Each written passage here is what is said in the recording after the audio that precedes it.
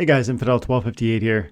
Today I want to share with you a conversation and some data around what my card collection is worth. We're looking at every edition separately, and I've been tracking this for about 2 months. And over the last 3 weeks, we've seen a significant change in the prices of different sets and different cards. And so I want to share that data with you, but also I want to speak about the proposal for Rift Watchers for DAC, which looks like it's going to pass. And so what is that going to do for Rift Watcher card prices? I think there might be some conversation around trends. I think there might be an interesting, thoughtful conversation around whether selling opportunities or buying opportunities are in front of us right now. So let's talk about the card values. Let's get into some data, and I hope you enjoyed this video. Before we get into it though, I need to give a shout out to SplinterCoach. SplinterCoach is a website that will track your personalized battle history. SplinterCoach.com is a website that will track your personalized battle history. And that information can be interesting for 2 ways. One, it can help you win more often. And two, it can be fun to look at. For $5 a month, you get a lot of value out of it. And I think if you're interested in Splinterlands for the long haul and you like what you're getting from a daily time and investment reward perspective, I think you want tools like this so that you can maximize that reward. SplinterCoach.com, $5 a month, check it out. Okay, let's get into it. So I've got, on Twitter, I posted recently this is as of June 26th, which is today when I'm recording. And you can see May 29th is the last time I posted. But actually I had data from June 4th or something like that. Let's see. Let me pull up I have an Excel spreadsheet. Okay, so this is the most up-to-date information I have. Starting on May 5th is when my tracking began, and my most recent was June 4th. June 26th is today's recording. And so we're seeing a significant price differential on some of these, hundreds of dollars lost on alphas, a couple hundred on betas, some larger margin on alphas than on betas. Almost nothing on the promo cards. That's stayed really stable. That's kind of interesting. Reward cards dropped a sizable, let's say 5%, 6%, something like that. Untamed, barely. In fact, they've gone up. That's interesting. Dice up. Dice has gone up. Interesting. Chaos cards have gone down yet again. Another 5 or 6, maybe more percent. And then Rift Watchers has gone up. But I believe I actually bought some Rift Watcher cards. That's why that's gone up. So it's hard to a little bit determine why. Like I can't give you the exact breakdown on which cards I bought. I can show you a few of them. But that tells me those Rift Watcher cards have kind of stayed the same, because I put roughly $100 into them. And as you can see, the value is up $70. So, I bet the price of the cards fell $20 or $30, and I added $100 to the total.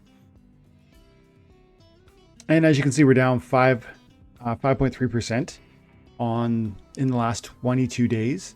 But then again, I threw a new $100 in there. So, that's not, it's still 5.5, probably 5% plus, worth of a moderation or loss. But again, it's not loss. It's only paper loss. The question is, like, would you sell into that? And then if so, you're realizing the loss. But I mean, as you well know, I'm all about adding to the value. The interesting thing about these prices too, that I've not, in my previous comments on them, is that I haven't mentioned this. It doesn't reflect soulbound cards. I'm convinced that soulbound cards are going to carry a value, at least of the reward cards. And interestingly, for many of you, people are saying they get so many copies of them. They're getting too many copies. They say things like, I wish when my soulbound cards were full, I would get some other card. I was recently talking with HL49. You should check out his YouTube channel. And he specifically said that he wishes, when he got close to or full on one card, he wants no more copies of that. And I think that's what some people feel. But to me, no way, more copies, please. And I'm convinced that they're going to carry value. I think at least if you imagine even the cheapest of the cheap cards, and you go over to Peak Monsters and you just look at the reward cards usually. And let's look at the legendaries, because they're interesting, right? You don't really care about 1 penny cards, but if you see 75 cents or 60 cents on a card, I think the soulbound rewards are going to be at least these values. And I actually think these cards are going to be way more expensive in the future. But I think the soulbound reward cards are going to have, legendaries in that $1, $2 range for probably a regular BCX, a regular foil. Gold, maybe we're talking $30, $40, because that's what they are for these ones. And I think that, but I think it's actually going to be better than these reward cards, because these reward cards are actually every copy ever created is just immediately transferable, whereas the soulbound reward cards are going to be, the transferability is going to be limited and determined upon your willingness to burn DC. At least that's what they've been telling us. And so I actually think the soulbound reward cards are going to carry a great deal of value. And if you don't know this, you can track your card income, what cards you're getting through sites like SplexGG, elsewhere too, to Peak Monsters, etc. But it's really great to see all these cards just piling up, and they are definitely not without value. These are for sure going to carry significant value, especially these gold foil summoners, gold foil legendaries, of which I only have one. But my point is, these cards that you're getting even now are adding to the value of my portfolio of cards. It's just in a way that's not trackable, in a way that's not, I can't hold it up for you. And so maybe my number's going down, but I think the value is going up. Value being what it's worth, price being what it costs. So that's one thing I wanted to start the conversation with, but I just, on a more granular level, I just really want to look at some of these price differentials. Like I said, roughly 5% differential from the last 3 weeks. And alphas have taken more of a hit than some of these others. Alphas and reward cards have fallen faster than some of these others. Untamed, beta, and promo, as well as these Rift Watchers, have all stayed relatively stable. I'm going to say that again. Alpha and reward have fallen faster than the others, whereas promo, untamed, and Rift Watchers have been and actually dice have all stayed relatively neutral or actually gained.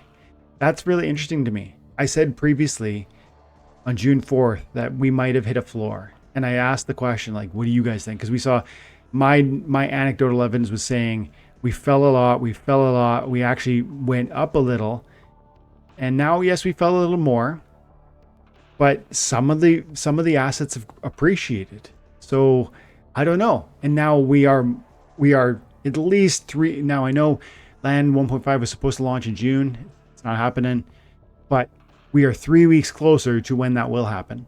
And I take it for granted that it will. And when it does happen, that the card allocations into Land 1.5 will be substantive, and that will soak up supply. And so if card prices have begun to stabilize in promo, in Untamed, in Rift Watchers, in dice, what's kind of surprising to me actually is the stability in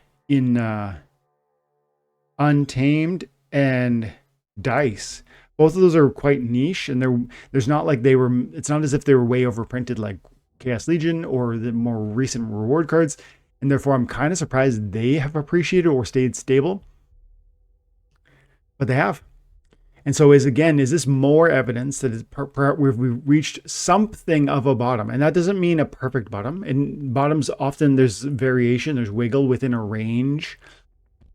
I think so. I think this is me saying, like, again, from June 29th and in June 4th and now again, I think this to me is more evidence. And this is always a thing where you're compiling more and more evidence. You're exploring that. It's a conversation that I'm having with myself, but this is more evidence that there's even a more reliable justification for believing that these are probably floors. And then what that gets me thinking is, okay, I pointed out the alphas and rewards had fallen significantly. If you are interested in alpha cards, I would be looking right now. If you are interested in reward cards, I'd be looking right now. If Chaos Legion was one of the ones that suffered also in that 5% range. Not because I'm saying this is a floor, but because it becomes, if you've seen some red candles and you happen to have an interest in those assets, that's a moment to just stop and say, has something changed recently with a card that I'm really longing to have? I doubt most of you are looking at alphas, but sometimes I do. I own some alphas. I'd love to have a Spirit of the Forest. The betas had not fallen quite as hard, but they had fell.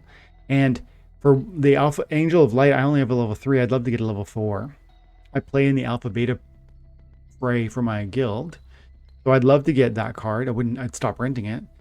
Hydra is a card. As you can see, I've got a bid in here. Love to see that thing fill. 26 bucks, man. This is an amazing card though. Look at that. That's pretty interesting. A maxed out copy. I don't have 350, but I'm pretty interested in that card. It's an exceptional card. As you can see, there's only 6 cards available. So I think we are in the next 6 months to 12 months. I feel as though we are going to look back at card prices like Hydra, card prices like I'm in the fight here for some of these high bids. And these are exceptional cards that are super rare, and that's betas. But again, Untamed and Dice have become relatively stable. So are we going to see a growth in price over the 6 months to 12 months moving forward? I really do think so.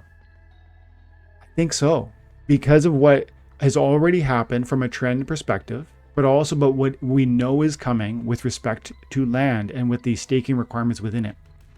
I know that that's been postponed. I know that some of you are frustrated by that it's not already out, that 1.5 isn't going to be 2.0, etc., etc. But I think it's an interesting time to just start asking these questions. So that's my topic for today. I just wanted to, I guess, put it out there and see what you guys think.